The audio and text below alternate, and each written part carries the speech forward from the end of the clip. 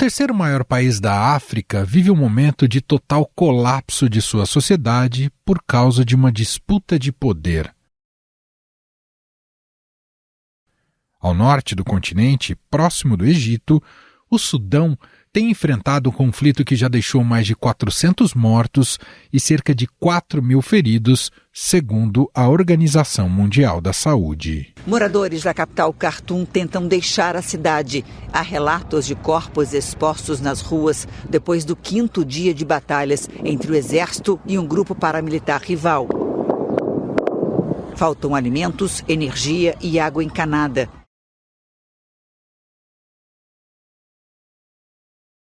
Desde o dia 15 de abril, o Sudão vive um cenário de caos, quando forças lideradas por 2 generais rivais travaram um violento combate pelo controle do país. Para entender um pouco do atual momento, precisamos voltar para 2019, quando esses militares se aliaram na derrubada do regime autocrata que vigorava no país. E o chefe da Junta Militar de Transição do Sudão renunciou e nomeou um sucessor. O grupo está no poder desde a última quinta-feira, quando o presidente do país foi deposto.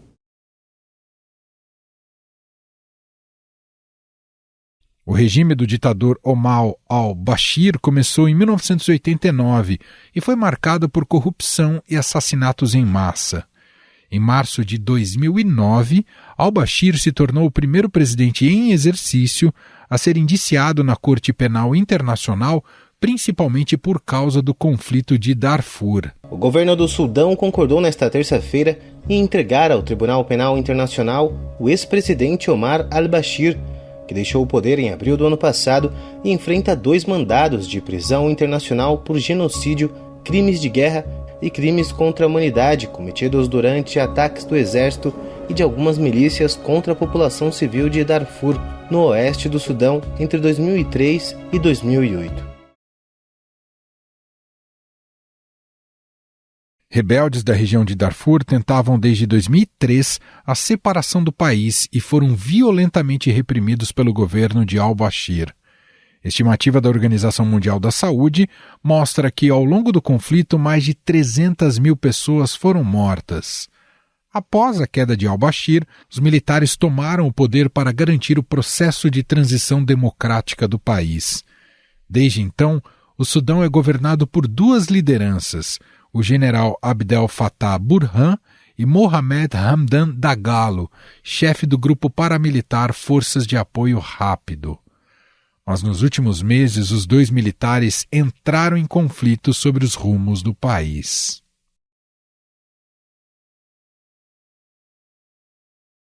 O estopim foi desencadeado devido às negociações de uma reforma do setor de segurança, que exigia que as forças paramilitares de Dagalo fossem integradas ao exército sudanês.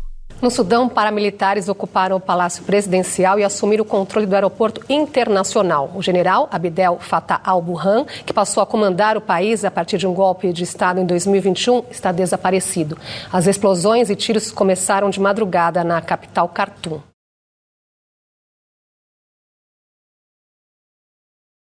Essa milícia, que hoje conta com mais de 100.000 homens e que tem Dagalo como líder, foi usada pelo ditador al-Bashir em vários conflitos pelo país, inclusive em Darfur, que falamos anteriormente. Por causa desse apoio ao antigo regime, em 2017, o país aprovou uma lei que reconheceu as FARC como uma força de segurança independente. É justamente o que desagrada o general Burhan, do exército sudanês, que acusa os paramilitares de atuarem de forma independente. Um exemplo foi o assassinato em massa na região de Khartoum, com mais de 100.000 mortos e que foi atribuída à ação dessas forças.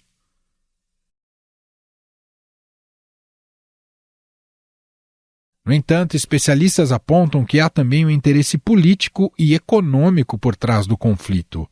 O Sudão possui várias reservas de ouro que interessam a vários países como China e a Rússia. Por causa do conflito, a França anunciou uma operação de evacuação rápida de cidadãos e de pessoal diplomático do Sudão. A Itália e a Turquia também começaram a evacuar os seus cidadãos em operações delicadas por terra, ar ou mar, assim como Inglaterra e Estados Unidos. Países da comunidade internacional estão retirando civis e diplomatas do país. O presidente americano, Joe Biden, anunciou que todos os funcionários do governo americano e as famílias saíram de Khartoum, a capital sudanesa, no sábado, e que as atividades da Embaixada dos Estados Unidos na cidade estão temporariamente suspensas. A violência também deslocou dezenas de milhares de pessoas para outros estados no Sudão ou para países vizinhos, como Chad e Egito.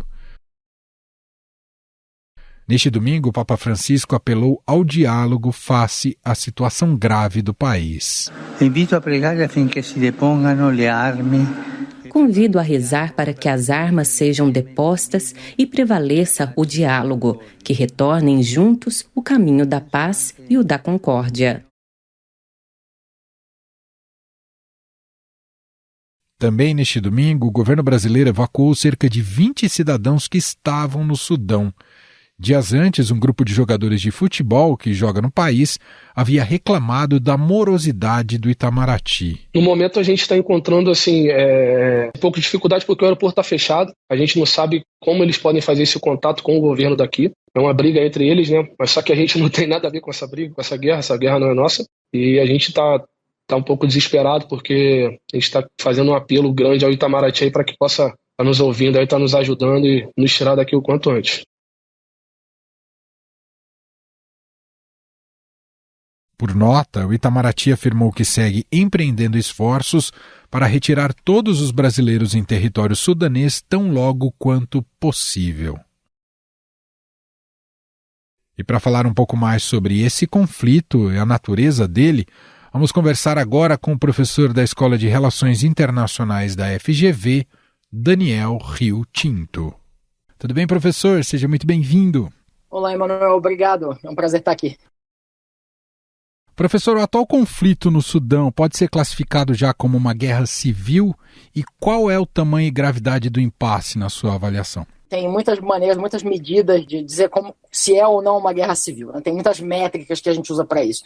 Geralmente envolve 100 mortes em batalha por cada ano, né? E aparentemente esse número já foi ultrapassado.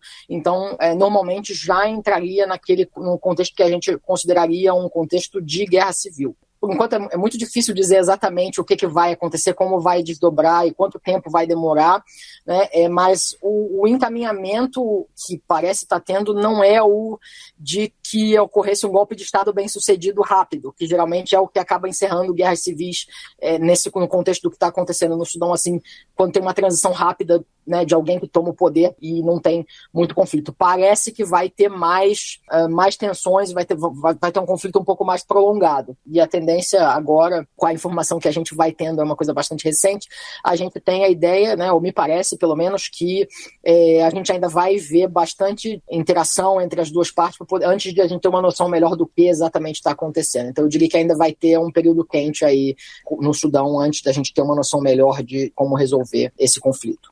A natureza desse conflito atual, a gente pode dizer que essencialmente é disputa pelo poder e disputa pelo controle do país, já que os dois generais não foram bem-sucedidos na condução democrática de transição para poder civil no Sudão? Acho que sim, Manuel. Quando a gente pensa no caso do Sudão, né, a gente pensa uma história conturbada, uma presidência de 30 anos do antigo-presidente Omar al-Bashir, acaba com uma revolução, um conjunto de protestos no Sudão já em 2019, o al-Bashir sai do poder, é retirado, na verdade, e a gente acaba tendo uma transição, né, que é essencialmente liderado pelas forças militares. É uma história interessante que eu acho que vale a pena ressaltar, a questão de que o Bashir, durante o tempo em que teve, né, na presidência, tinha muito medo de sofrer um golpe de Estado. E por ele ter muito medo de sofrer um golpe de Estado, ele dividiu o exército.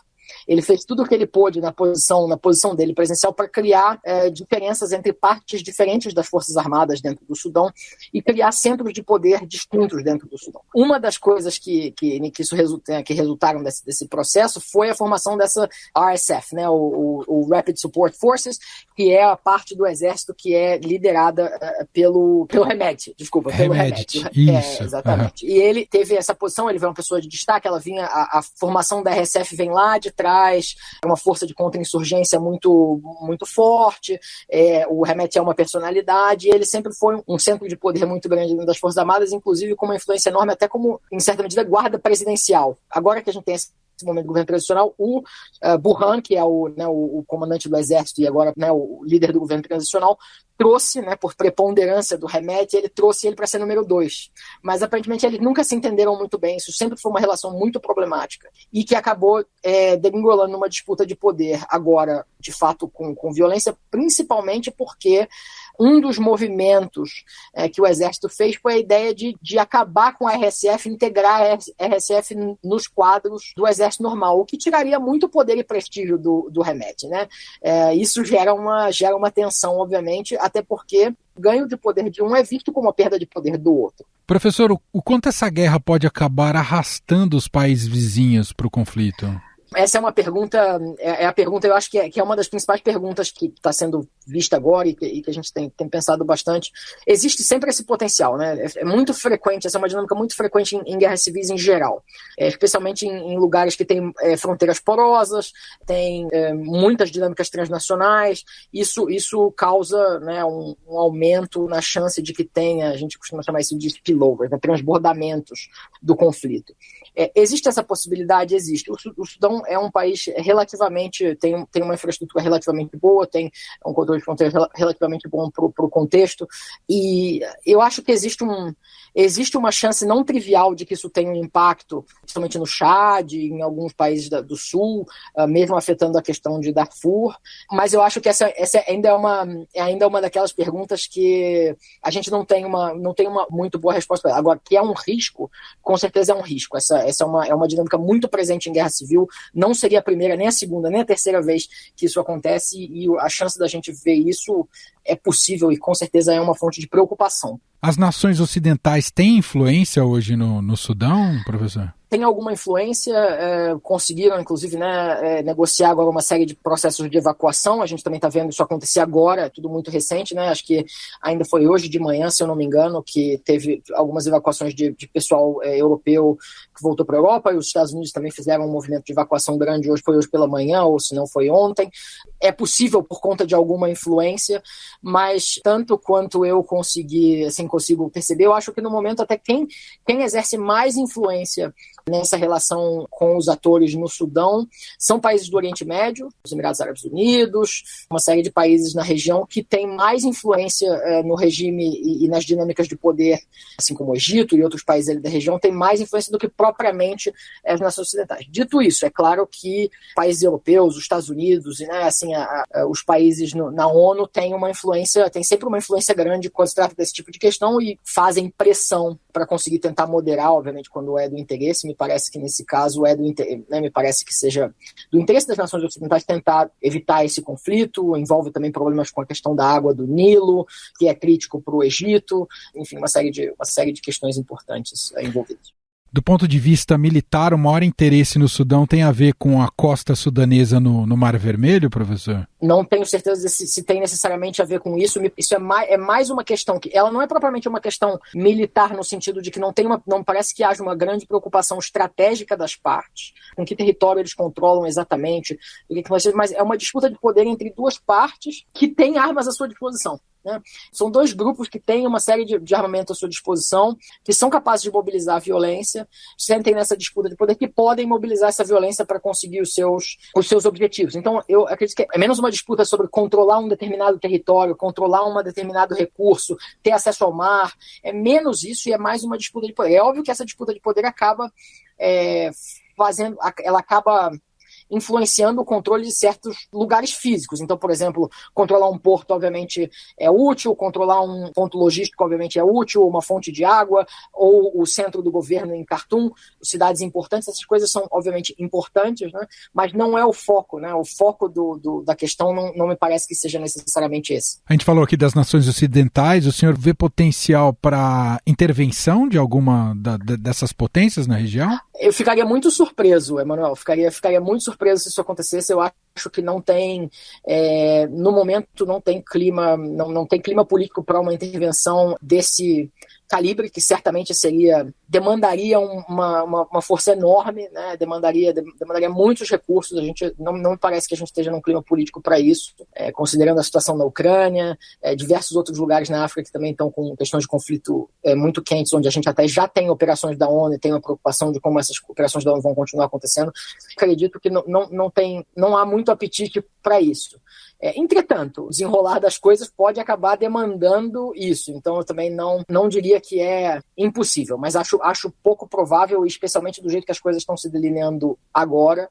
Eu acho que uma intervenção, de fato, no Sudão é muito pouco provável. O que pode ser mais provável nesse sentido são iniciativas negociais patrocinadas e empurradas por países tanto do Ocidente quanto de outras regiões.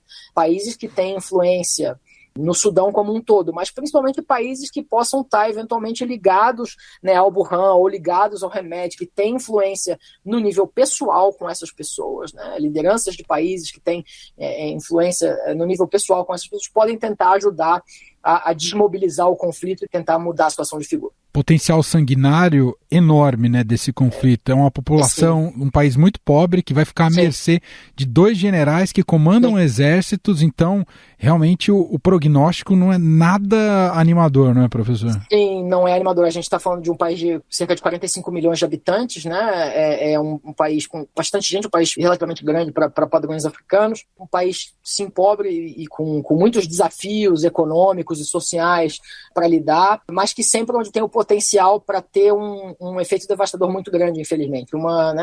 Mesmo a questão imediata, já a questão imediata que a gente tem visto nesses dias, nesses primeiros dias, falta de suprimento de água, de eletricidade, falta de abastecimento de alimentação, isso causa um dano muito grande para a população. A temperatura é muito elevada, na região. Sem eletricidade significa que não pode ter ar-condicionado, não tem ventilador, não tem geladeira, não tem nenhuma dessas coisas que tornam o calor ainda mais insuportável.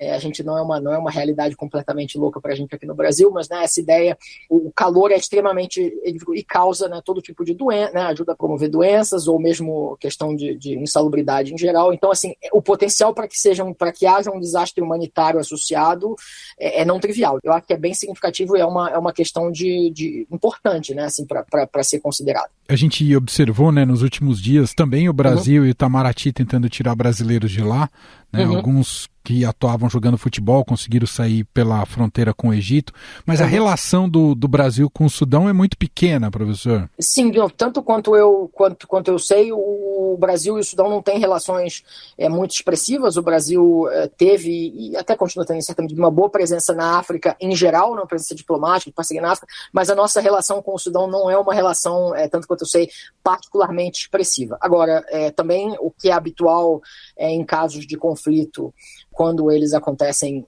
desse gênero, é normalmente essa tentativa mesmo de evacuar e de fazer o possível para tirar as pessoas. Países que têm mais capacidades, obviamente, fazem isso com mais rapidez ou mais eficácia. Países que têm menos capacidade, geralmente, ou menos presença no país, às vezes têm mais dificuldade de fazer isso, às vezes usam outros tipos de redes de países terceiros com quem tem proximidade, que pedem para ajudar a evacuar os seus cidadãos. Esse procedimento é normal, é o que acontece na maioria dos casos quando tem situações de conflito, os países vão ali dentro das suas capacidades fazer o possível para tirar aqueles cidadãos que querem sair. Foi assim no caso da Ucrânia, foi assim no caso da Etiópia, foi assim no caso do Sudão, está sendo assim no caso do Sudão e esse é o procedimento comum que o país enfrenta. Bom, esse é o professor Daniel Rio Tinto, professor da Escola de Relações Internacionais da FGV, gentilmente aqui conversando com a gente para a gente entender um pouco mais do conflito no Sudão. Professor, muito obrigado pela entrevista e até uma próxima oportunidade. Obrigado, Manuel. Foi um prazer falar com você.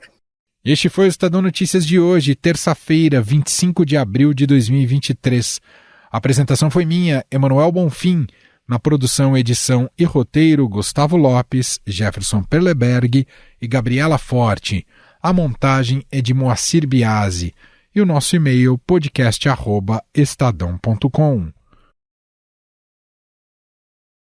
Um abraço para você. E até mais.